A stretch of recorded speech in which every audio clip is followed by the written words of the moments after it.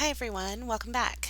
So today I'm going to do a two-page layout that was based on Heather's Crafty Life bingo board.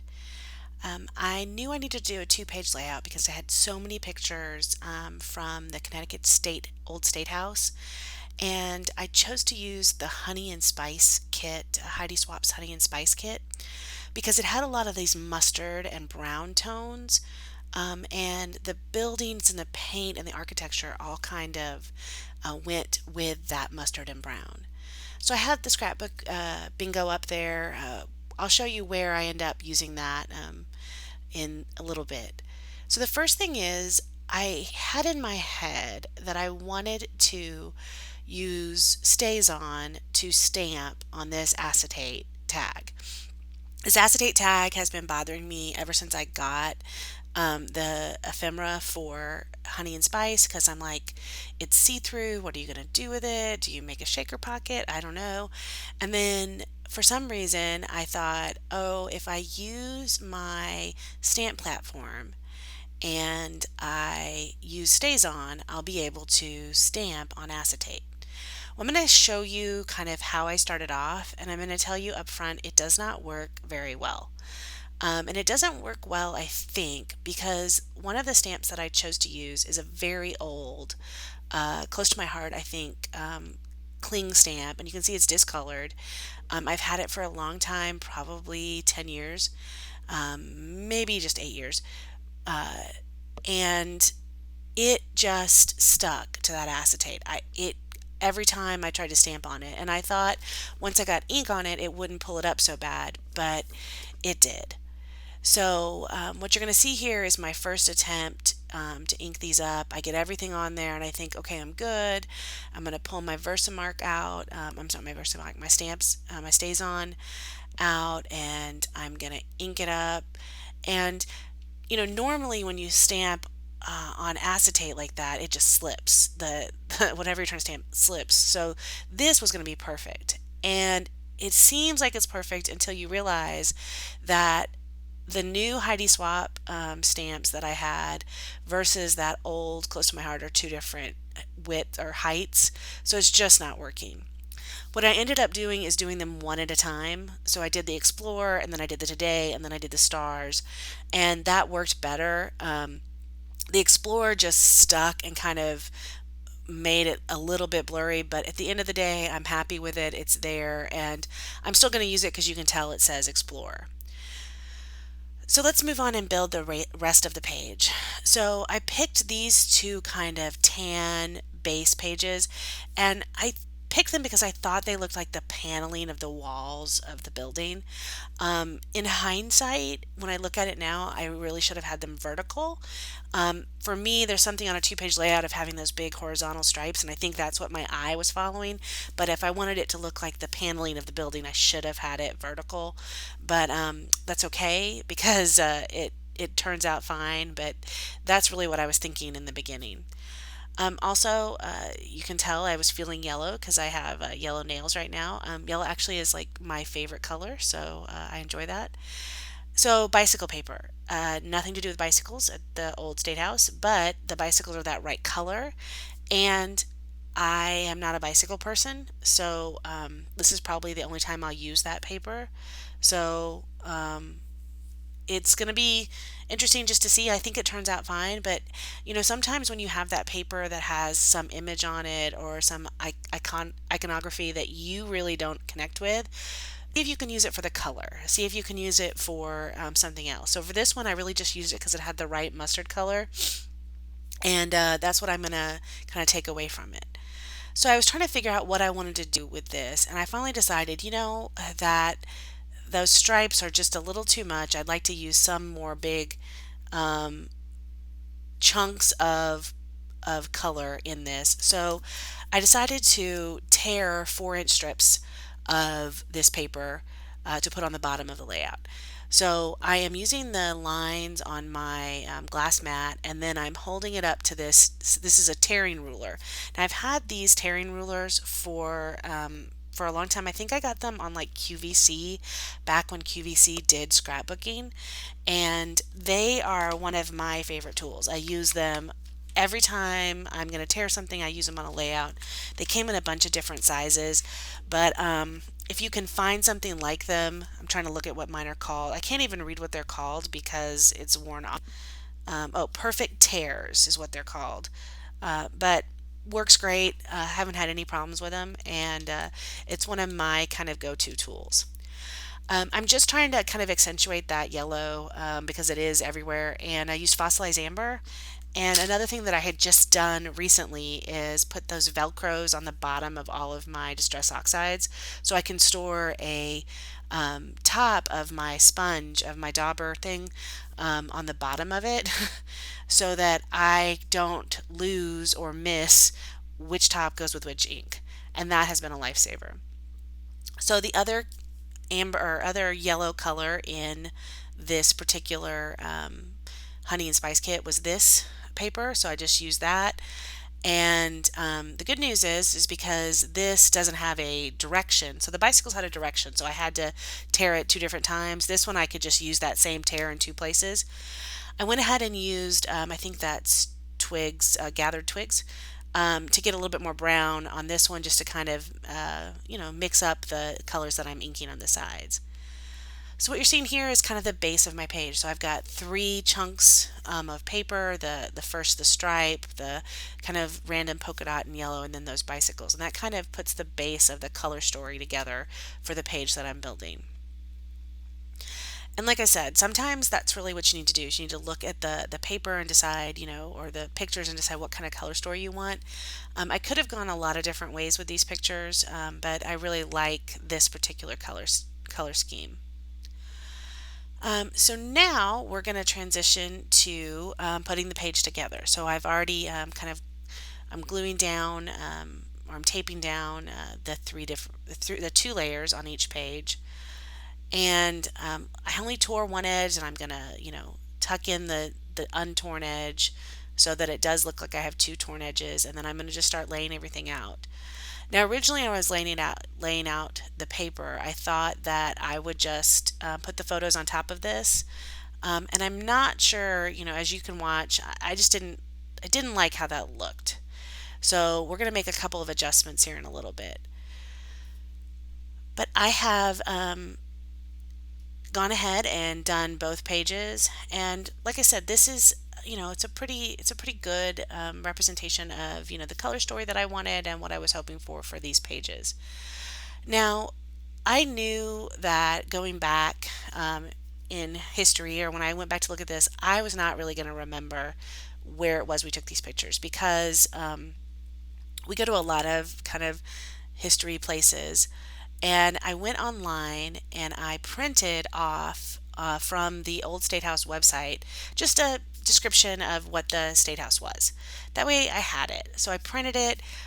Humorously though, they had it like on this parchment design website. So when I printed it, it prints like, not completely black and white. It's not like a great, but it was because that's the way it was on the website. So I have that kind of a old style printout there, even though it was from a computer. Now I'm just matting that just to kind of give it a background, and then you'll see I did punch. I used my notebook punch there to punch that other kind of brown paper to kind of give it a flare. If you remember back in the bingo, or you might not have seen, I needed to punch to complete the bingo, so that was kind of my way of getting the punch in there. This notebook punch is, I've had it for a while. It's small. I know some people have the big border punch, notebook punch. That's probably a lot easier. I just use this one when I need a notebook edge.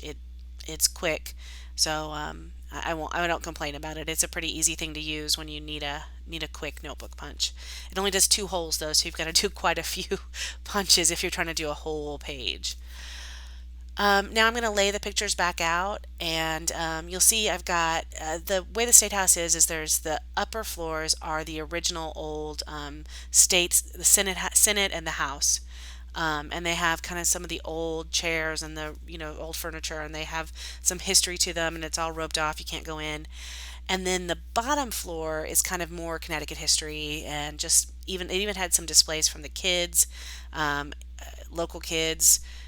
History projects, and so I did two different pages. So the one on the left is the actual old State House, and the one on the right is the two of us kind of seeing, going downstairs and seeing some of the stuff that was down there. Now, I took a picture of John and I in front of the fire truck because, we do fire for a living, so that was kind of cool. And then I took a picture of some sayings about history.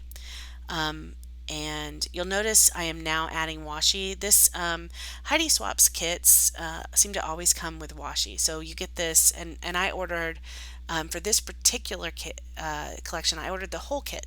I sight unseen, kind of just looked at it in pictures, and I said, sure, I want this whole kit. So with that whole kit, I got like 6 different washi tapes.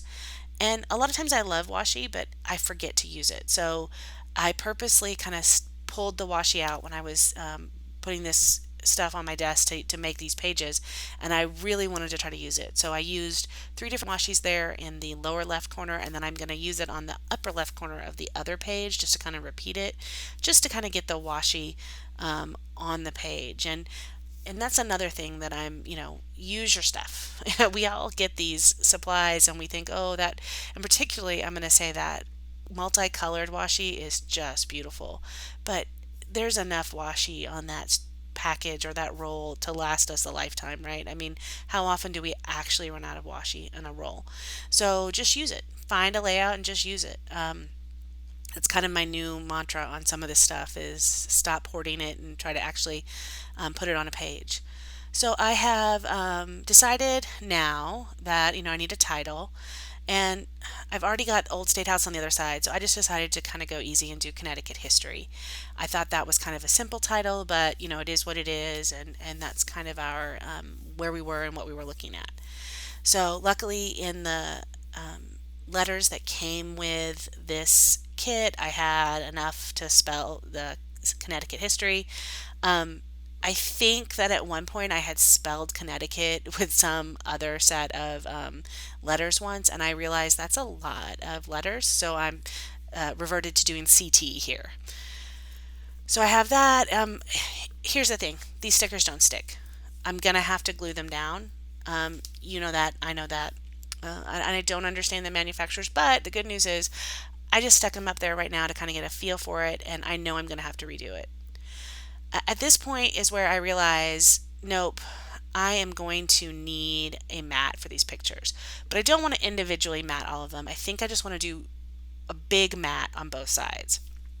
So I figure out, because of the size, I'm going to have 2 pages that are identical.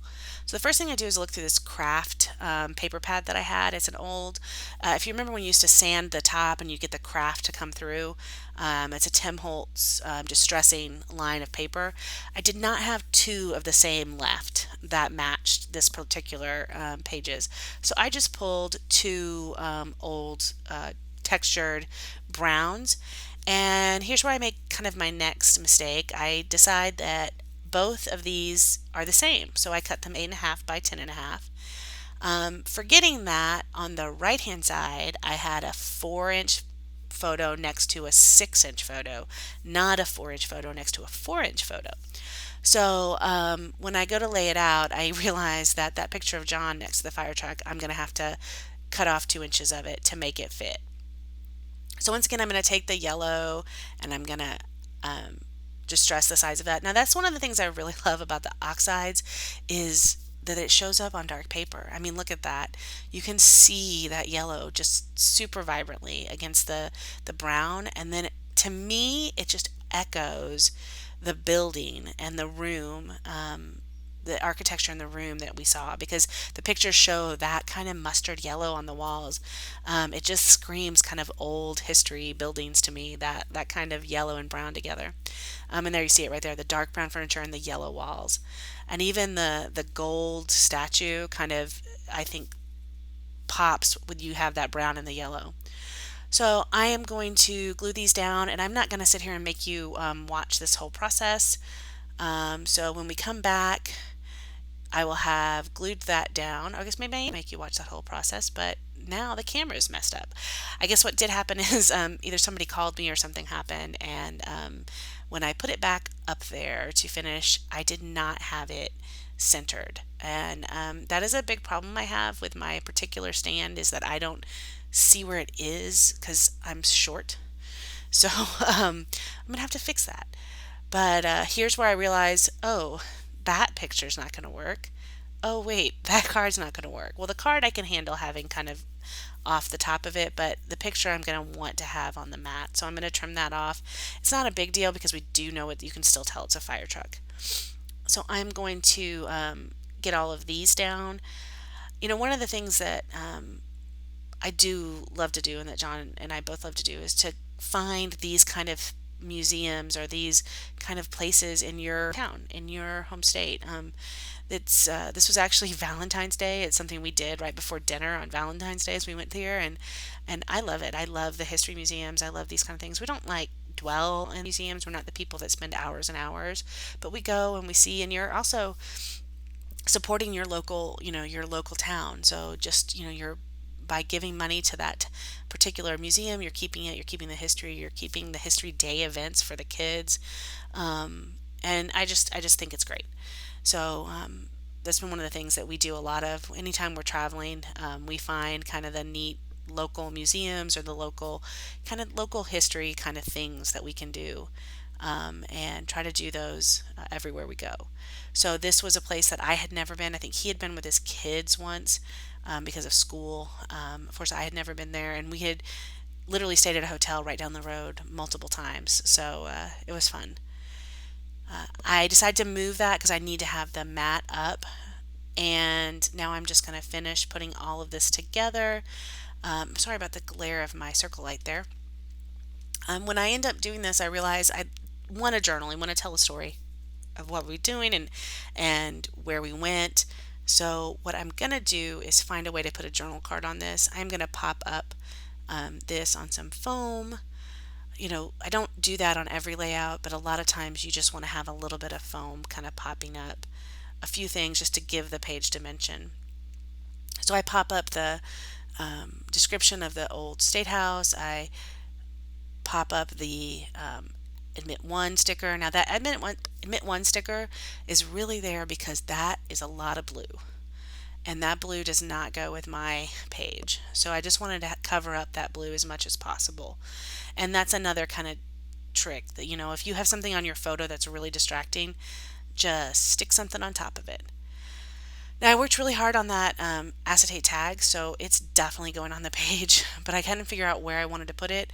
I ended up doing both tags on the right-hand side, the one that said, "These are the good old days," and that Explore tag. I taped the Explore tag down and then tucked where I taped underneath so you couldn't see it through the acetate. And then I put strings through both the tags. You'll see that there. So now I'm going to show you the bingos that I got. So what I did end up getting is 2 or more photos right there, that corner. 2 or more photos, scraps, tags, and I don't remember what that other one was, and I can't really read it. But that's the bingo that I ended up getting. And now I'm going to find a journaling block to put right there, and this journaling block that says going places, and it's got the pink, so I can pull the pink in from that admit one sticker, and then once again it is too big, and I think, oh, I'll tuck it in, and then the tucking in doesn't really work because then you're not gonna be able to see going places, and I'm just trying to make it work, and it's just too big. It's either going to cover up all the washi or you're not going to be able to see it. So then I decide I will cut off the going places and just leave the journaling block part. And it's also now bothering me because it doesn't have the pink border. So what I'm going to do here, and this is another trick, is I'm just going to Frankenstein. I'm going to Frankenstein that border back on. It's a square piece of it's squared up, it's 90 degrees, so I just took the border and I put it on, and underneath a page protector, no one can tell. So I'm going to write my journaling. I'm going to write about going here and seeing the courthouse and how much fun we had. And then kind of the final steps are I'm going to bring that other paper back to the left-hand side of the layout, and I'm going to also add that punch to the left-hand side of the layout by putting it there. I thought that building kind of ephemera piece looked a lot like the Capitol building, so I thought that was cool. I'm just making this work. I'm adding more color, and that is basically the layout. So now I will show you the close-ups of the left-hand side and the right-hand side. And I do like how this turned out. Thank you so much for watching. I hope you enjoyed this video. Please like and subscribe and leave me a comment about how much you like history. Thanks for watching. Bye-bye.